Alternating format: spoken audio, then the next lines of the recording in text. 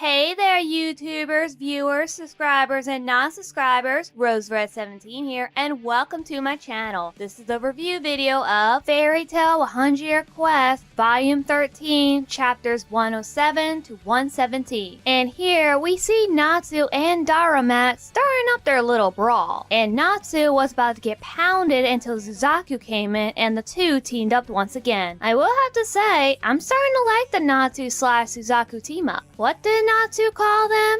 Team Fire? Uncool name, but a good team. Next is Laxus and Karen getting down with their fight. As Karen swings the coffin at Laxus, his body started to have a strange reaction to it. And it is discovered in this chapter the identity of the soul that's in that coffin. He is known as the Lightning Dragon King Electron, which is the dragon that Karen ate. But there's more. Remember that dragon lacrima that was placed inside Laxus when he was a child? Well, it turns out that the lacrima is the heart of Electron. How interesting. Back then, I was wondering whose dragon lacrima that belongs to, and now after 10 years later, I get my answer. Now, the only one left is the identity of Cobra's dragon lacrima, who is also the only dragon slayer who is not in this sequel.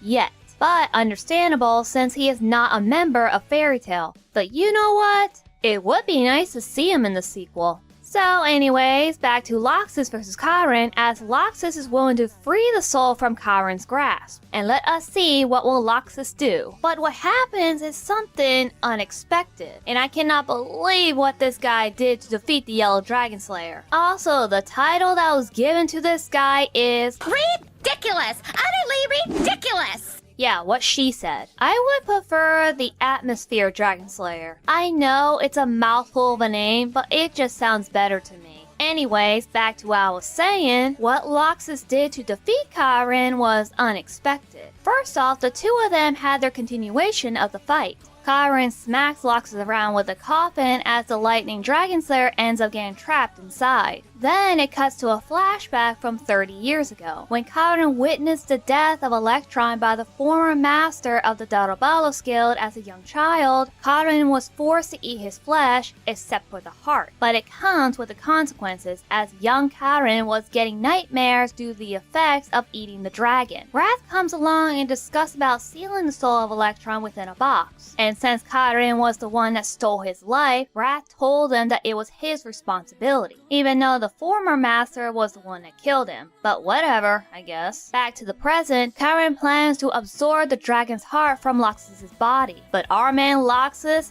not only destroyed the coffin, but also ripped out the lacrima that was embedded into him. Like, damn! I knew Laxus was a ruthless bastard of badasses, but this took a whole new level of holy.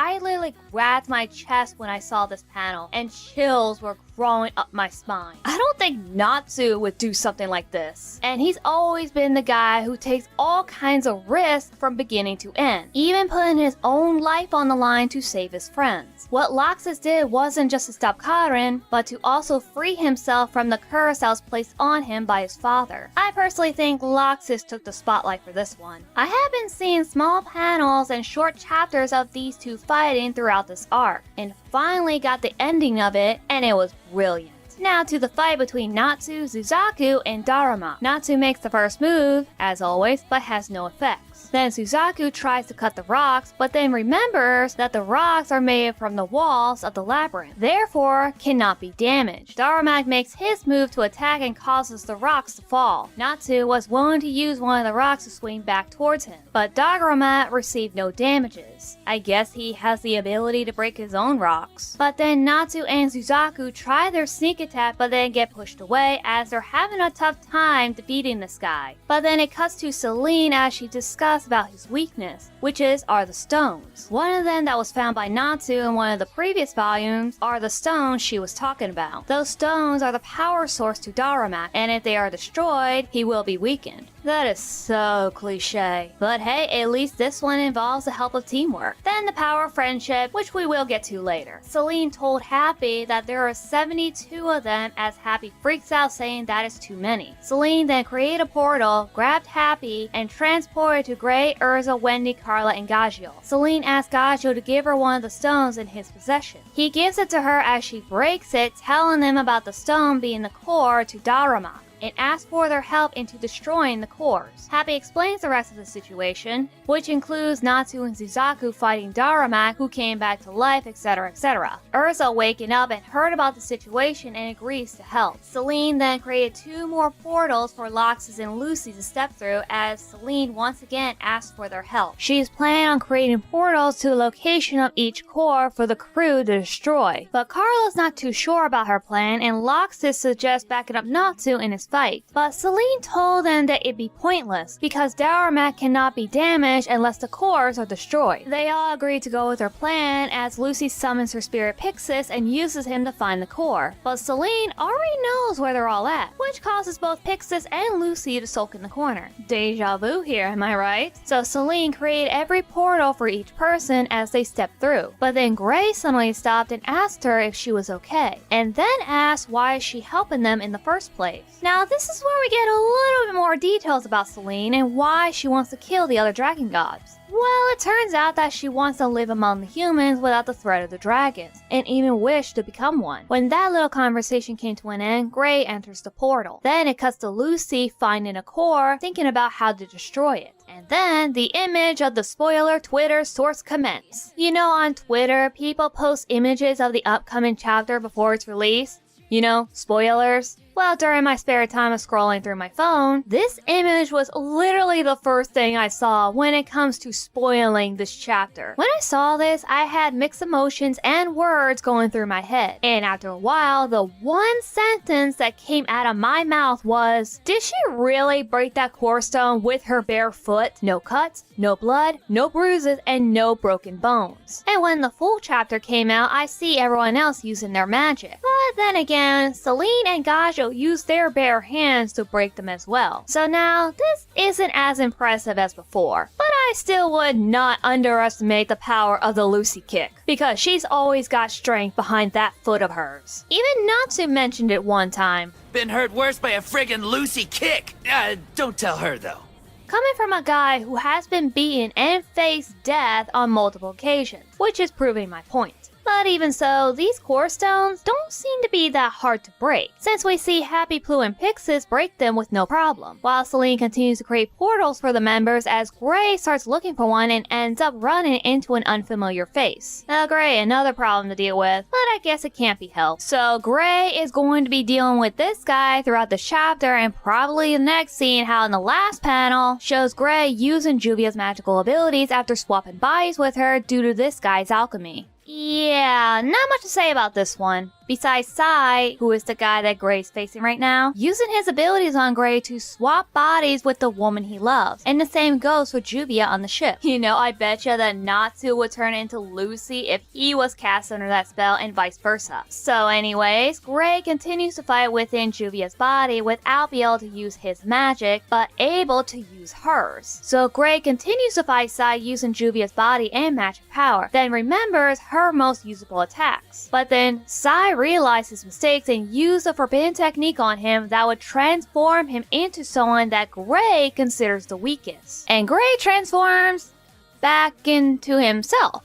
Interesting. So, out of all the people, he considered himself the weakest in his mind. But that doesn't bother me because being weak isn't a bad thing, which I agree with. Knowing your own weakness is what makes you the strongest. And with that, Gray defeated Sai, destroyed the orb, and next shows Juvia back to her own body after waking up from the shock of being Gray, which she thought was a dream, but the others decided not to tell her. What she doesn't know won't hurt, right? Now on to the rest of the crew. We see Suzaku on the ground and Natsu witnessing that devastating scene underneath the dragon's foot. He speaks about humans are lifeless creatures and that are doomed into disaster, but Natsu tells him otherwise, that humans live life to the fullest. But the Earth Dragon doesn't think that Natsu is human because of his sense. He smells both dragon and demon, which is hinted that Natsu still has the demon's curse of END within him. But Natsu tells him that it's all ancient history and managed to lead a punch, as the Earth Dragon noticed that his body is getting weaker. Well, that's because the other team members and Selene are destroying the orbs within the labyrinth. But then Gajeel ends up running into God Serena. Really? This guy is alive? I thought he was killed by Acnologia. Don't tell me he was somehow resurrected, and honestly, I never cared about this guy because I find him so annoying. But seeing Gajeel going up against this guy could be interesting. You never know. So on to chapter 115, The Man Loved by the Dragon Gods. Are you kidding me? Am I really going to sit here and read a chapter about this guy praising himself while beating the out of Gajeel? Okay, to be honest, I didn't want to talk about this chapter. Why? Because like I just said, it's God Serena praising himself while Gajeel is struggling to take him down. This is just one of those chapters I wouldn't mind skipping and saying, oh, it's just another fight between two strong characters. But then for the sake of my video, I decided to reread it, and I'm glad I did, because I missed out on some foreshadowing details, like the information about the guild that helped out God Serena after his nearby death experience. He also mentioned the Sayonara sisters, which was mentioned by Sai, but I didn't pay much attention because I was too distracted by Gray being in Chuvia's body. And I will admit, that was one of the fights that I did enjoy. This fight, however, isn't going so well because in the end, Gajeel got hammered. Although, I have to give him credit as he tried another way to defeat him, but it didn't work out, and in the end it wasn't enough as he lies there thinking about Levy. Now that I think about it, there is less fighting and more dialoguing, which is something I have seen before in previous chapters and even in episodes, and I know people don't like that, and as for me,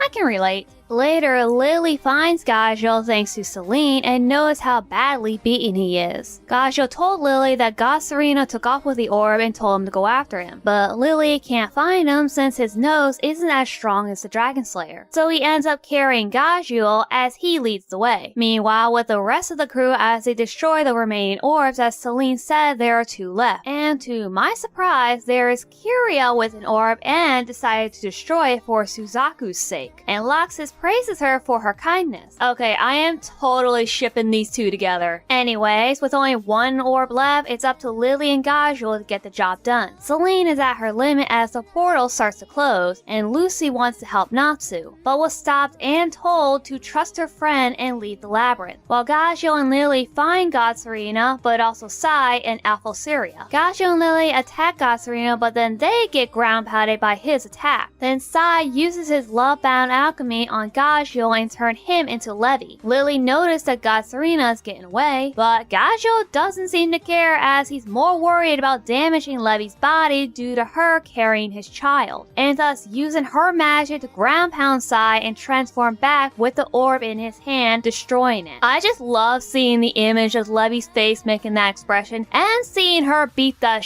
at a Sai. I know it's Gajeel doing this within Levy's body, but I still love the imagery of these panels. Because of my own personal perspective, I see Levy as an underrated character who deserves more screen time and attention. But of course, that's just me and my thoughts on her. So anyways, after all the orbs are destroyed, Natsu has a better chance of winning. Natsu, along with Suzaku, continue to fight against the Earth Dragon as he transforms into his dragon form and crushes the 2 into the ground, freezing them into the labyrinth. But the 2 manage to break out. But Suzaku is at his limit and sends the last of his strength into his sword and throws it at Natsu for him to use, creating a unison ray to take down the dragon once and for all. Now this was the last chapter that was drawn before the long break, as 1 or 2 of the staff members of the team managed to catch the COVID and had to wait longer than the 2 weeks time period. I know some people were upset about the hiatus because they did not like the cliffhanger or waiting longer than expected, but I didn't have a problem with it because for one thing, I'm used to waiting for the next chapter, so an extra 2 or 3 weeks is no big deal. It's better than 2 or 3 months. Second, this is not a bad cliffhanger. In fact, I don't see it as a cliffhanger at all because they defeated the enemy, which shows that the next chapter is going to be the epilogue of this arc, which turns out to be true. After the hiatus, we got chapter 118 as planned. Now it's the end of the volume, and I liked it. There were moments that I liked, and other moments still gives me the chills. But before I end this video, there's one complaint I want to address, and that is that some people don't like it when they see Natsu using Suzaku's sword to defeat the dragon. I remember one comment saying it should have been Suzaku's moment taking down the dragon instead of Natsu because it's his sword. I'm reading this comment and thinking, What's the big deal? Natsu has used the sword before and shows that he is capable of using it but not a master at it. He is more of a fist fighter than a swordsman, and it isn't just Natsu. There is also comments about Lucy being a natural swords master and bringing her into the mix. She doesn't need to train to know how to use those. I even replied back to the person saying this. Doesn't need to train? Are you saying Lucy, who has never used a blade type weapon in her life, is a natural at it? I'm sorry, but I'm calling BS. The only weapon she does have is a whip, which is a lot more difficult to use than a sword. Yeah, saying Lucy doesn't need training on how to use a sword, but Natsu does? This is where I see Lucy's overrated character status. This person from Twitter say the reply like this makes me think that he or she is a big fan of Lucy and sees her as a well-trained wizard with no flaws. I'm sorry, but have you not seen her fight with Kyria? Lucy was struggling, and once her blade was broken, she had to use a different tactic to take her down. And let's not forget, Lucy did have a 1-year training after the fairy tale disbandment, but that doesn't make her a master at it as she is still learning. Lucy is no Mary Sue. She is the one character who has the most flaws, getting the support and credit when credit is deserved from her comrades and fans of the show, including myself. Although I will admit, Lucy might have a little bit more experience with the blades she possesses in her Stardress Cancer form because she had training. And this is the logic I will stand behind. But like I said before, she's still learning how to use them. Just because you see Lucy using them against someone does not make her a professional. This one comment is all it took to start a war on Twitter. And that's exactly what happened after this argument statement about Natsu. Instead of giving Suzaku a moment, they gave Natsu a moment with his sword. This is so ass.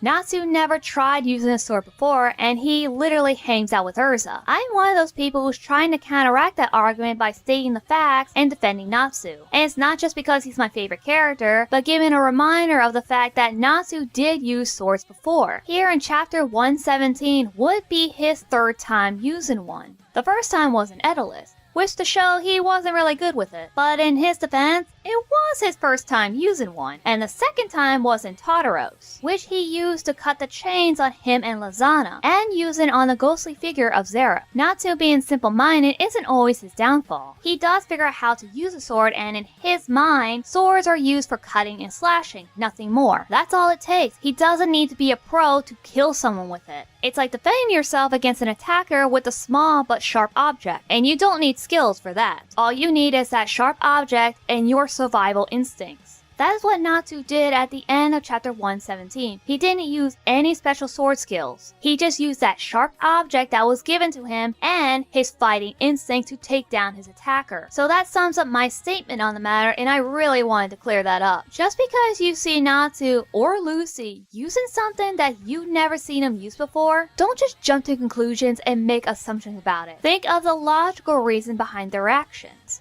With Lucy in her 1-year training, she might have used some practice using a blade off screen, and for Natsu, he just used a weapon that he's familiar with and used it to his advantage. Well then everyone, thank you so much for watching, and if you are new here, you can subscribe to this channel, and you can also hit that notification button for more updates on my newest videos. And don't forget, you can check me out on Twitter, TikTok, and Discord, and I'll see you all in the next video. RoseRed17 out.